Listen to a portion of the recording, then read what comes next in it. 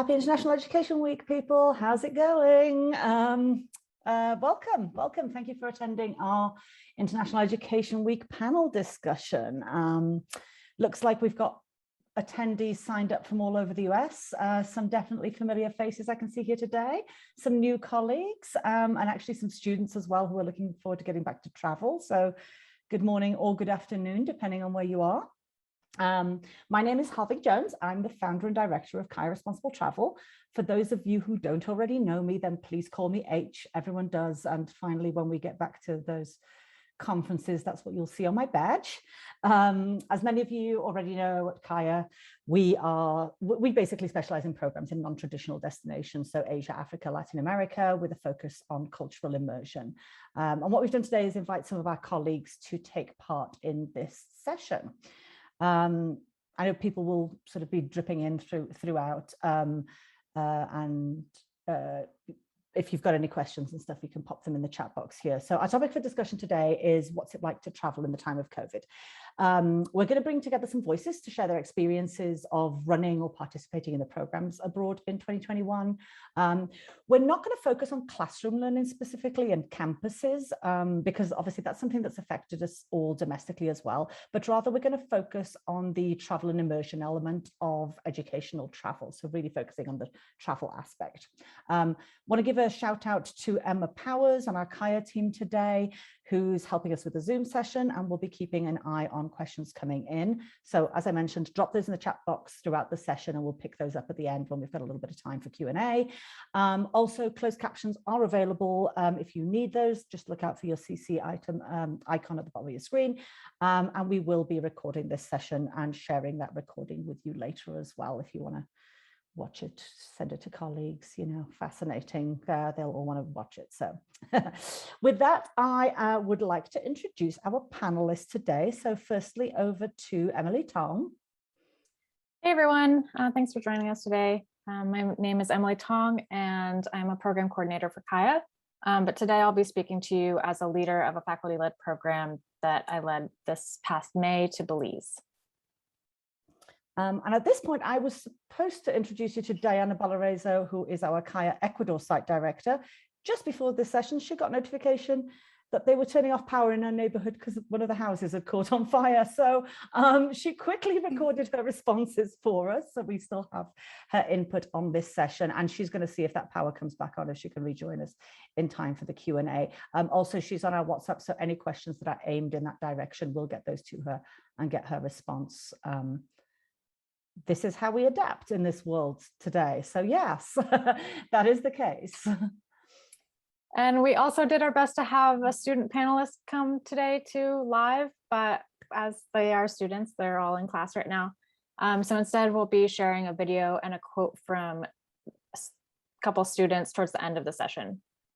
And in our registration for this session, we asked participants to include any questions. Thank you for asking those. And one of those stood out to us and we wanted to address it up front. So as it is a theme that is very close to our heart at Kaya, but also very fundamental to this discussion.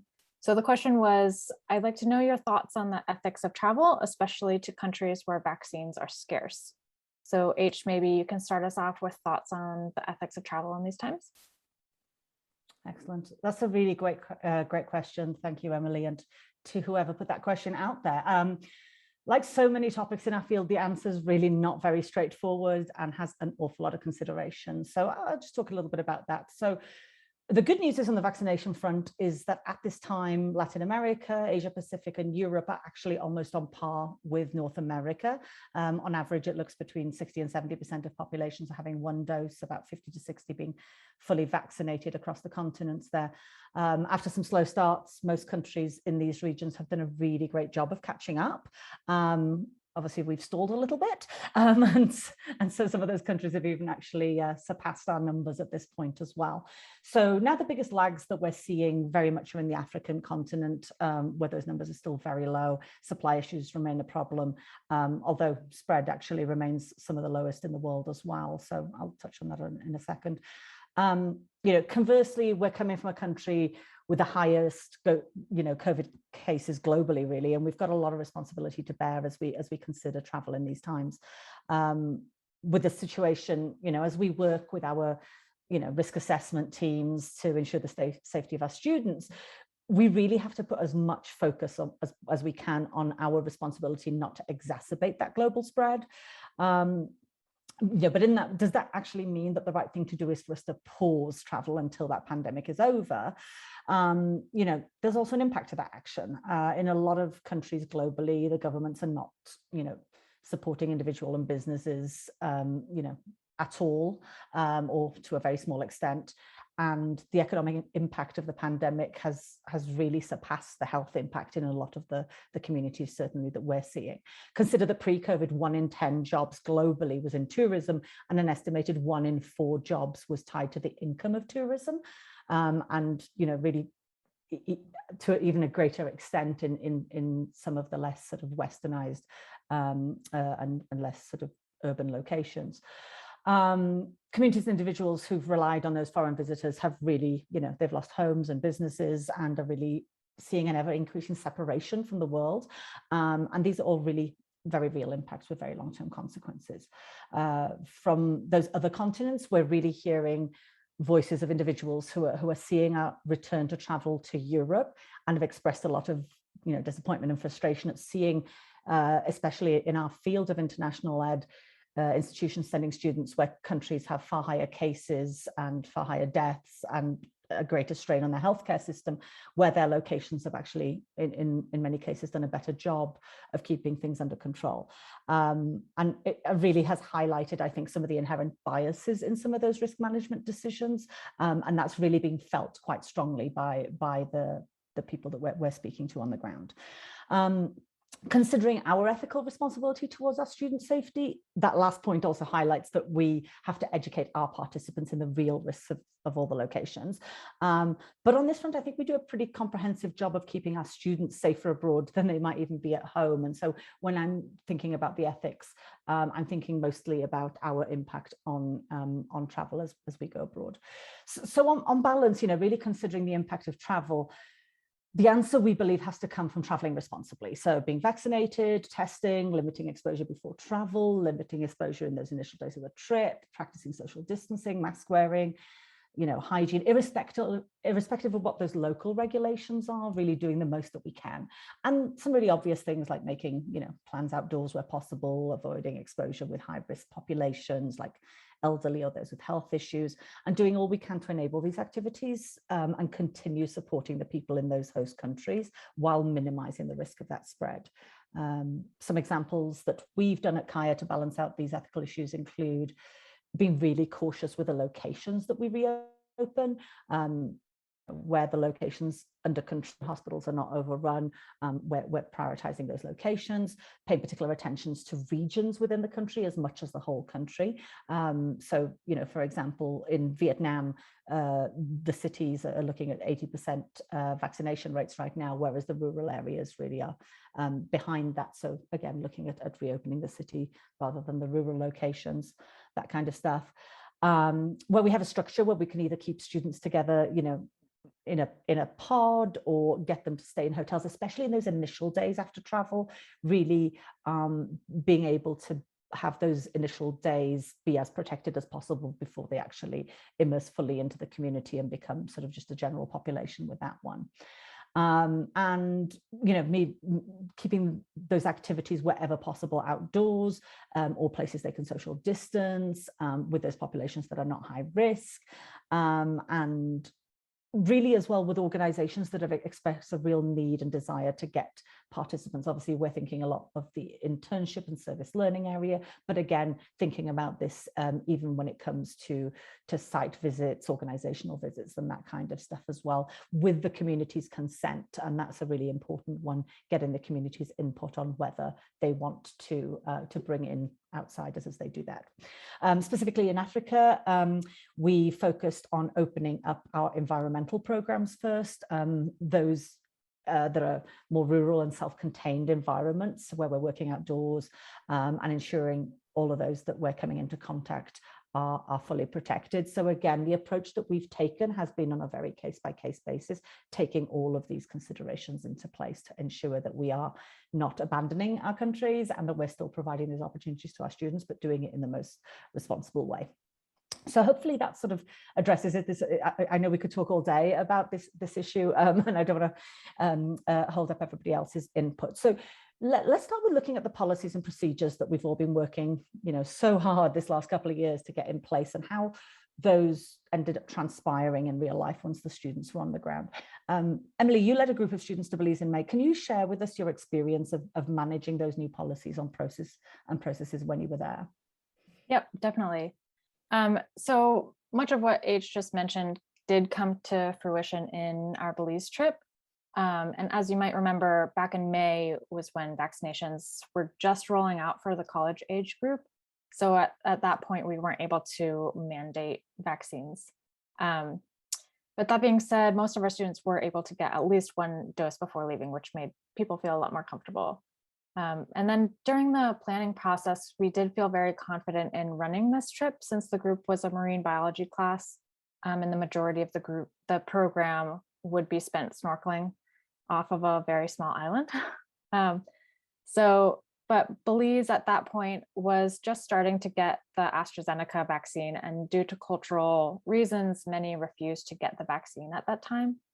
And to minimize as much risk as possible for the locals and for the students, we combined our own policies with that of the Belizean governments. So the Belize Tourism Board actually has quite a snazzy app and website, and to enter the country, you have to, one, show that you had a negative COVID test within 72 hours of traveling, and then two, you had to stay at a gold standard accommodation. So that ensured both for the students and tourists and for the locals that everyone was going to receive the highest hygienic accommodation and will practice proper precautions. So in a normal year, we would have had, at Kaya, we would have had the group see some of the sites on the mainland, as well as doing their marine coursework. But because we wanted to minimize exposure as much as possible, we ended up taking a bus straight from the airport to our accommodation with the windows down and masks on. So that is a little bit of a change that we made due to the pandemic. And then once we got on to the island, with the agreement of the accommodation where we were staying, we treated the grounds as kind of a bubble and allowed for mask-free roaming. And then for our meals, we sanitized before going into the cafeteria, and we took our temperatures every morning, had the windows down to be as safe as possible. And when we went to a location on the island outside of our accommodation grounds, we would mask up. Again, since it was a tropical island, we seriously could walk across the whole thing in 2 minutes with the constant breeze, and the program was mostly in the water. It was actually a very comfortable experience for everyone. Thank you, Emily. And I know you'll speak a little bit more about some of those experiences you had in the ground, but this is a little bit about how that planning was playing out on the ground. We also want to take a look at the perspective of our host communities and the people receiving us. What do they think about this? What are we hearing from our families, communities, organizations we work with? As I mentioned, this is where I was going to hand over for Diana, but very efficiently, she managed to answer these questions really quickly, just about 45 minutes ago. So I'm just going to have that play for you. So Emma, if you could share the screen now.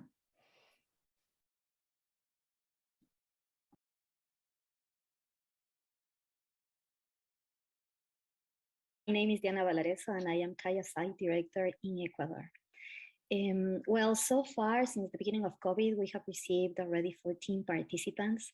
And well, what I can see and what we have felt is that, of course, at the beginning, like, we had to take specific measures. It was challenging for sure at the beginning, but now it has become some kind of like new rules, new things, but everybody has been adapting really good to them. I can say that, for example, host families and host organizations in general are very happy to receive participants again. It is like so nice to see people from other countries coming to the cities. Everybody is actually having a really great attitude towards that, because it is like going back to what we used to have in the past. Of course, I mean, there are, as I said, like specific rules like the face mask, washing your hands, the distance. There are a few activities that cannot be done as if they were before, like restaurants restrictions at 50% capacity and things like that. But in general, honestly, I mean, everything, it is not that you cannot do things in Ecuador that you were not doing in the past. I mean, everything is open. It is just more of actually like maybe plan it a little bit better. You know, it is like before you were able to go to a restaurant without a reservation. Now you can do a lot of them, but for some you have to reserve first. So it is just a matter of planning, I would say. But as I said, like in general, people in Ecuador, we are really happy to see foreigners going back. Something that is very important is that in Ecuador, we have a really high percentage of vaccinated people. And right now, the government is already in the third dose. Elder people and people with specific diseases have already had the boost. So that's great in terms of protection. And all the families that we're using, for example, are all vaccinated. So we don't actually, we're not working right now with families that have any kind of members that are not vaccinated. So we can actually protect them and protect our participants as well. Right now, um, I can say that, for example, a lot of our projects have lost a lot of the income, the resources that they used to have before the pandemic. So it has actually been kind of like a new inspiration to have participants go into these projects, because it is like, as I said, like it's like renewal to be back, to have hands that can actually help, support, and learn as they were used in the past. No, so I believe that it is actually great to see that the frontiers are already opening, that people are already like thinking on traveling again, on doing internships and doing like this kind of like programs that for sure help everyone, not just the local organizations, but as well the participants that would go to the different projects now. As per the challenges that we have faced and that we're still facing, I would say that there are two parts. One is, for example, when we think about people that would go to Ecuador. In Ecuador, in general, we are very strict about our norms for COVID, the social distance, the face mask, the washing your hands. And for some foreigners, that's not a norm. It's more, it's up to you to do it. But in Ecuador, that is not seen good, because you get sick. So that is like the way that we think in Ecuador. And sometimes we have found that there are like some participants that unfortunately think that they can not follow the rules and that they will be fine. And that has created a little bit of a shock, for example, with the host families. So it is just something that we need to reassure the families and talk with the participants about the must, that they must follow the rules, especially about COVID, because that would create actually some problems with organizations, with the families, with everything. Because in Ecuador, we really like need to, we are really taking care of each other in terms of COVID. So that is one important thing. The other challenge with the organizations, for example, is that, of course, like nowadays, people just get sick of COVID and suddenly they cannot go to work for 2 weeks, 3 weeks. It depends, you know, the shortage of staff because of the economical problems that we have had because of the pandemic. There's like a big reduction of the people that are working at the organizations, which means that everybody is multitasking all the time. And that could happen as well with the participants, that it is not that they can have like a structure that would be like this as it used to be in the past. Now it is like the structure here, but know that you are going to go like through the branches and like move a little bit in some other directions depending on what are the needs of the organizations. Sometimes people have been seeing types of things that they never, like they didn't think that they were doing. It is not that they are bad, but flexibility must be is something that participants need to be aware that this is going to happen. No? I would say that that is one of like the biggest challenges that we have had with the organizations. But in general, I mean, everybody has been like really happy with overall their participation and the things that they have been involved with. No? Maybe another challenge is a little bit about transportation, going a little bit further, you know, because of the airplanes, you need to be wearing the mask all the times. But it is not a challenge that cannot be actually passed, but that it is important that you are aware that you are going to be traveling long distance with a mask and just drinking a bit of water or eating and putting your mask on again. That could be a little bit like not nice to do, but nothing that actually changes everything. Sometimes from time to time, we would need to do the PCR tests if there's someone that could actually be sick. So PCR tests are kind of like a routine in Ecuador that sometimes you must do it and there's no option. So that's something that is new, of course, but that it is needed. So I would say that those are like the biggest challenges, you know. Thank you. And yes, thanks, Diana, for quickly putting that together when her power was about to leave. So yay. Some great perspectives there. We really need to make sure that we're paying attention to these experiences as we get back to travel, of course. So one voice we haven't heard from so far is our participants, the students. In all this discussion of travel, we're not the ones participating, not the ones doing the program in these experiences. And we really wanted to get some input from our students who traveled during this period. Emily mentioned due to student schedules, they were not able to come in live today, but we did pre-record an interview we held earlier this week with a student named Hunter. He's currently on the ground in Ecuador, so we spoke to him as he's currently on his project. So with that, Emma, if we can play Hunter's video.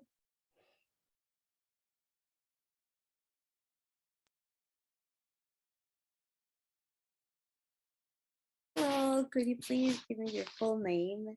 And just to begin with, we would like to know overall, what were your impressions of traveling during the pandemic? So my name is Hunter Palm, and I would say that my experience of traveling to Ecuador in the pandemic was definitely different than the traveling I've done in the past. I would say that there was definitely more to plan for in terms of getting COVID tests and making sure to have a mask at all times. But as far as the actual experience of traveling and the experiences I've had here, I don't think that they've been in any way diluted by the pandemic. Just required a little more caution and planning. Okay. And do you feel like you would have gotten something different out of your experience if you were able to travel outside of the pandemic? Um, I think that there's no way of knowing, but can't think of a single experience that I wanted to have here that I was unable to because of the pandemic. Um, Certainly, everything I've wanted to do, from outdoor activities, going out to eat, is all open. And like I said, just sometimes I need to, bring my mask with me. And being vaccinated, I think that pretty much everything here has been open and available for the most part. Okay. And what were the benefits, if any, of traveling during this time? Have you found any benefits of like this time? Yeah, I would say that first of all, it seems like there were less people traveling, which made the journey itself a little easier. But as far as being here, I think that the lack of travelers the last 2 years, um, certainly made it more exciting for me to be the first time I've traveled since early 2019. But also I think that people are really receptive and happy to meet people from other cultures and countries because it's so long since any of us have had that opportunity. What was the most challenging thing about traveling during the pandemic for you? And if any, were you able to overcome this challenge? I would say that certainly there were definitely more restrictions in terms of the getting here, as far as booking flights and that sort of thing. Definitely not as easy or convenient getting through the airport. So I think just taking more time to confirm my flights and make sure that everything was prepared before I left made sure that there were no big hurdles.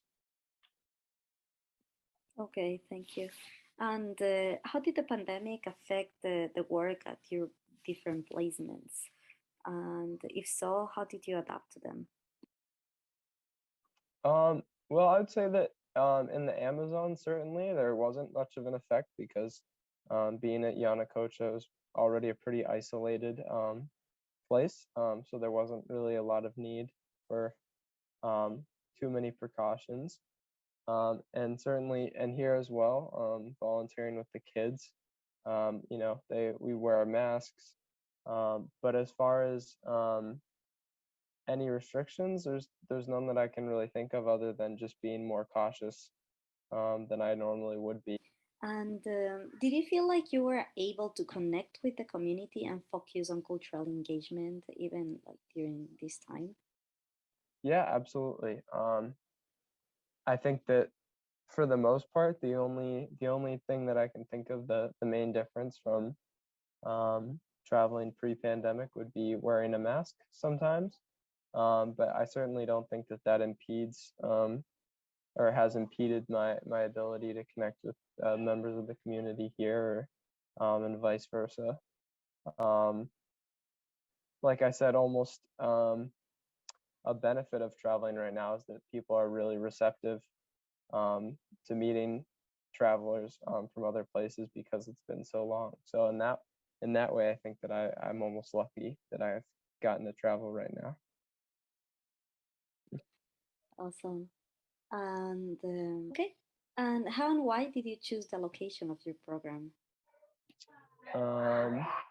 Well, I really wanted to learn Spanish, and I also wanted to go somewhere that's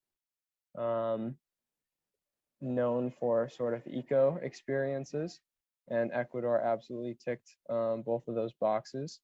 And I've certainly had the chance to learn Spanish here, as well as climb a mountain in the Andes and play with monkeys in the rainforest. And now I just saw blue-footed boobies a week ago on the beach. So that's pretty amazing to be able to experience those three climates in one trip, all while learning Spanish throughout. So pretty happy with that.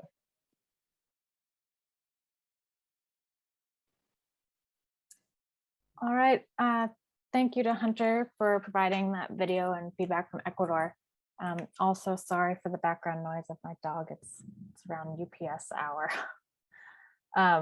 So we also wanted to provide another student's response. So Isabel, who interned on a community development and teaching program in Zambia this summer, also sent a written response that we wanted to share with you as a perspective from Africa.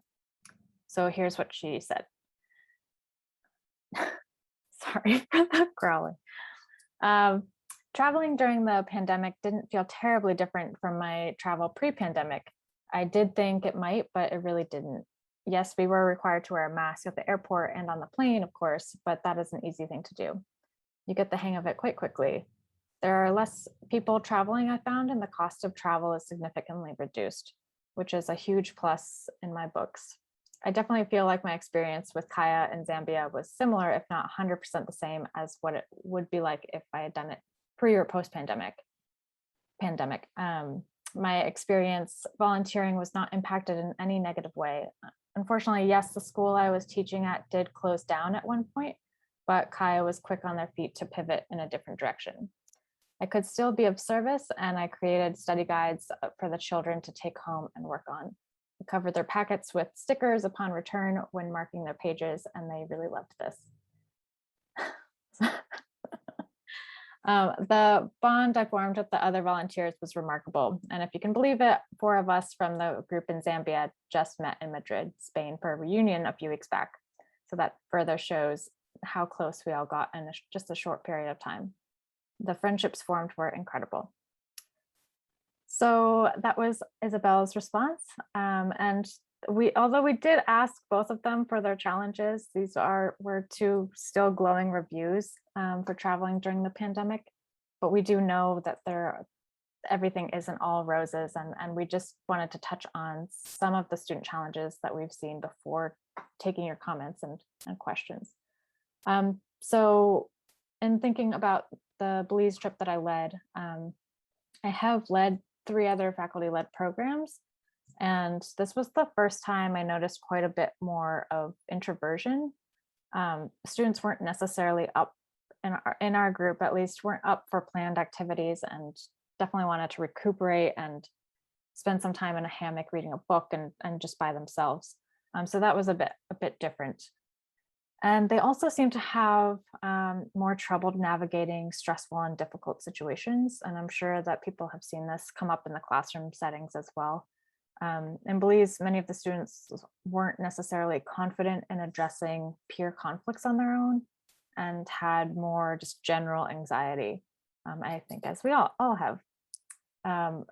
For example, we had one first-time traveler who was insistent to get to the airport to leave Belize City 3 hours early.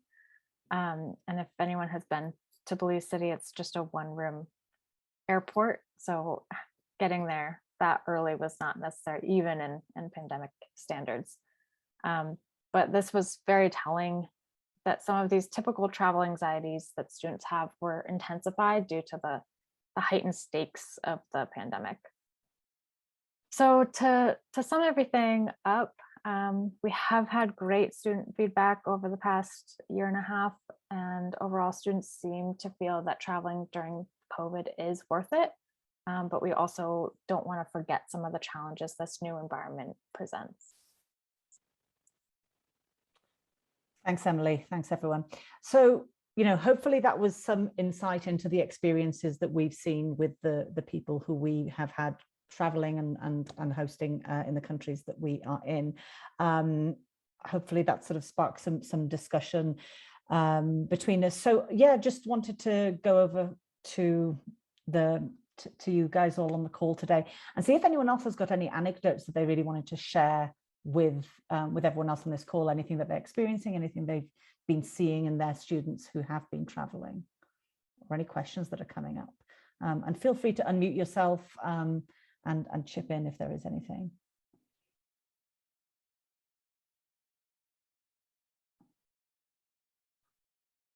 If anyone has their hands up there.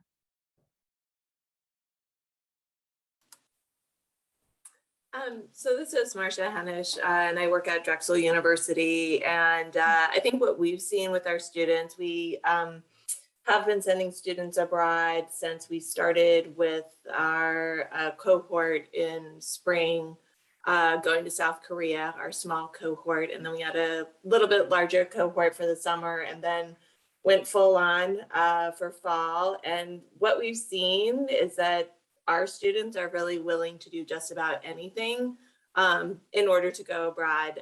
We came up with a lot of restrictions for our students, and I thought that we would have a lot of pushback, and we did not hear a single thing.